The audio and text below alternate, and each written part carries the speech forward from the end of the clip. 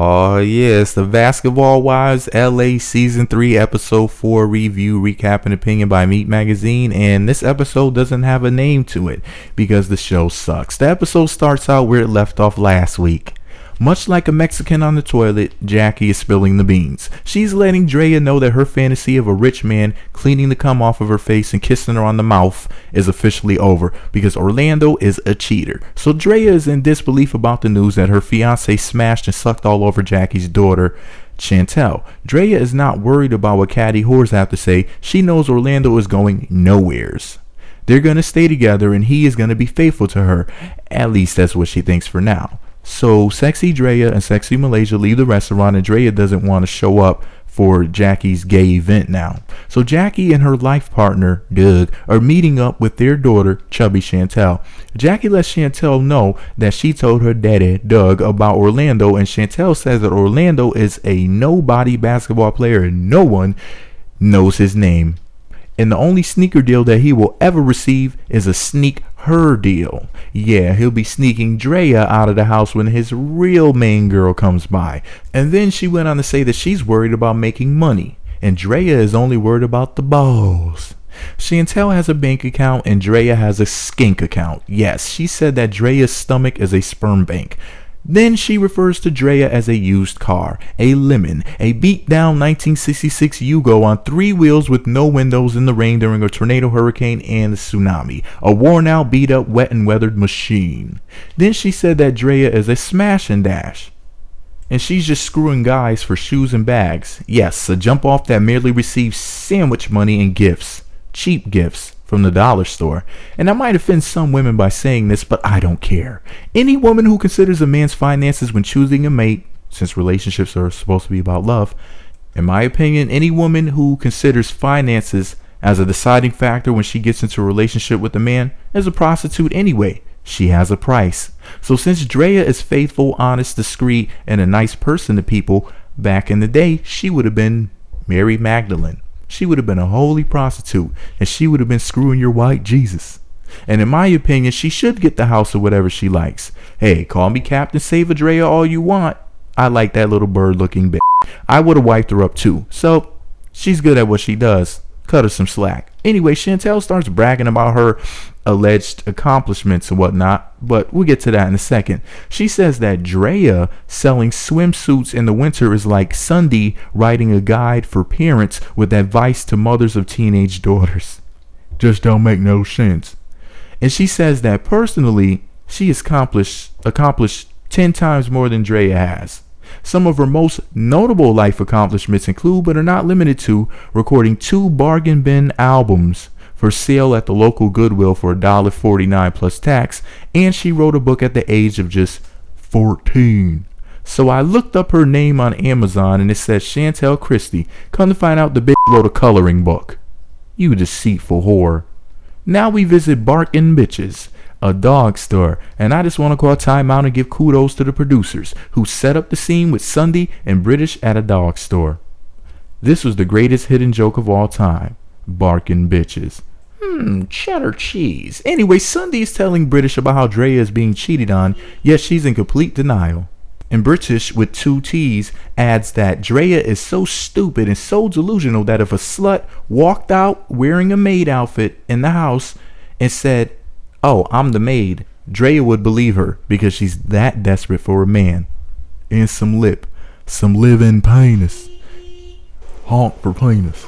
And according to chubby Chantel, this is Drea's first official real relationship, because she knows everything about Drea. She knows everything. Apparently chubby Chantel is a fat ass god in some religion. I'm just not going to come to her church. That's all I know. But anyway, she says that Orlando is going to say, basically, sorry to Drea, buy her a present, and then fuck her in the butt. Drea's specialty. Now we're visiting Flax. Malaysia and Arian are working on the invitations to the GLAD event that Jackie is hosting, and it has a name. It's called Jackie Christie's Marriage Equality Celebration, and I believe in marriage equality too, alright. I believe in polyamory. That's when you marry multiple people. Since this is about, quote, marriage equality, these homos better be fighting for my right to marry Drea and Raven Simone. at the same time. I mean, I can fantasize all that I want, right? Anyway, we all know that the gays will not be fighting for polygamy, just their own selfish right to mock Christianity. Speaking of Jeebus, now we're in the car with Jackie, and she's driving and masturbating with 4 fingers. But hey, her flasher coat looks really nice. Now it's finally time for Drea to confront Orlando about Chantel.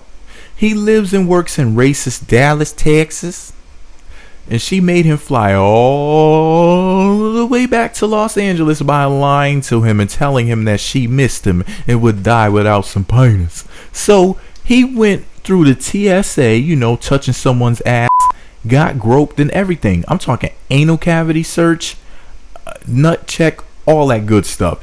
And he was shocked when she said, "You're sleeping on the couch, sucker. Ha ha, I tricked you. Women are really smarter than men. Even if I'm 30 and been hoeing since birth, and the most I got for it was this t-shirt that says open for service on the chest, and a smack on the ass, and a factory ringtone." So then Drea shakes Orlando down big time. She's like, "Look, Orlando, I know that you fucked that fat bitch. Tell me the truth. Was it good? Was it tight? Was it wet? Was it better than mine?"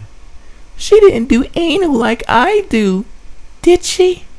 But come to find out, Orlando was hooked up with Chantel via a friend. And when she came over to the house where Orlando was with his 5 friends, she stepped out of the car and he was like, "Ew, I don't do fat chicks. And I don't like dark butts." And yes, Orlando actually implied that Chantel, who is a light-complected mulatto who's almost as bright as Drea, is, quote, not his type because of the complexion of her skin. Man, black guys these days. Anyway, she stayed at his house for like 5 minutes and then left. So he didn't smash, allegedly. But his friend that he passed her off to, well, yeah, he did a smash and dash. I'm talking a hit and run. He played the knockout game with that pussy. So Drea is making him buy her something fly because of the whole situation. It upset her and everything, and he has to make amends some way.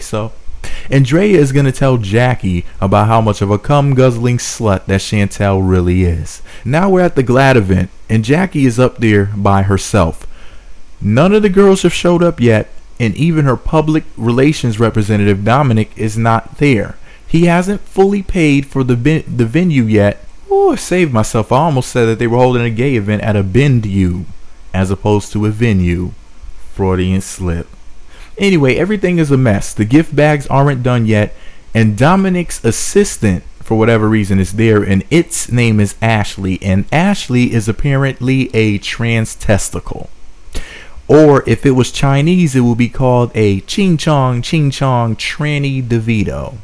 Anyway, with things being screwed up before they could even start, Jackie starts calling the girls and panicking. She has a cloud of anxiety over her head and it's raining fear as opposed to men. She said that she now knows how Drea must feel hiding in a woman's house and a pile of stuffed animals wearing face paint trying to blend in.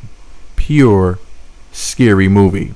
So Dominic Friesen, who looks like a meth head, pops up finally and Jackie wants answers. Jackie tells Scarface that he is going to be freezing his ass off because he's about to lose his livelihood playing with her homo event like this. And Dominic has more excuses than a black man in handcuffs. Jackie's like, "Look, I ain't hearing all of that. I'll snatch your faggot nuts and that tranny's Adam's apple and make trail mix. Don't fuck with me, Dominic." Then she said, "Starting pistol." Dominic was like, "What does that mean?" She was like, "You're fired. Now run." He ran his little fruity, drug addict looking self up out of there, holding hands with Ashley, and the two were never seen again. I told you Jackie was in the Illuminati. Now Sunday shows up, and instead of lending a finger, she pulled a Drea and lended a lip. She got herself a drink of liquor and began bad-mouthing the other women. When Malaysia arrives, Jackie pretends that she's late to make quote-unquote good TV, of course. Ha ha. So Brandy shows up next, and Malaysia is explaining to Brandy and Arian what is going on. Sundy barges into the conversation. Well, we'll get to that in a second. As for Jackie, she's pretending to not know why Drea is a no-show. I mean, you just pulled her into a restaurant with 2 other girls and informed her that your daughter was sucking her future husband off along with 4 or 5 of his buddies, and you wonder why she didn't show up. Jackie is the devil. So British sits down with Sundy to discuss the fact that she feels as if Malaysia tried to play her when she walked up in that piece. Malaysia allegedly gave her a, quote, dry hello. So British pulls Malaysia to the side and starts telling her that ooh, look at me talking like a Puerto Rican. Let me try this again. So British, see, this is why they make fun of our lips. So British pulls Malaysia to the side and starts telling her that her hello was dry and she wants a wet goodbye. In other words, she can lick her lips and kiss her ass. And Malaysia lets her know that she didn't mean it like that. And to chill out, ma, you know, because she'd be cute if she lost 40 pounds. Then they all of a sudden started doing that crazy thing that black bitch do. You know, that thing where they talk with their hands like they're wearing a sock puppet. Yeah, that thing. And then they did that other thing that annoying black girls do when they get mad. You know, start talking fast and pointing like an auctioneer. Step right up, this right here is going for 10. Can I get a 20? 20 going once, going twice. Can I get a 30? Going once, going twice. So to the in the back with a raggedy weave. Or at least that's how I see it. But speaking of weaves, when Brandy broke up the fight, she was throwing major shade. She kept screaming out, hey, hey, hey. Not hey as in H-E-Y, but rather hey for horses. She was making fun of their weaves. I guess she really does believe that she's better than everyone else after all. And that was pretty much it for this episode. So I'll see you next time for the next review. Don't forget to comment below and subscribe to my YouTube channel for more celebrity and reality TV related news, reviews, recaps, and opinions. And if you like it, share the video on Facebook, Twitter, Google+, MySpace, or Toucans with a string in the middle, or even telepathically. Illuminati! In other words, tell a fucking friend. Even your buddy. Fuck.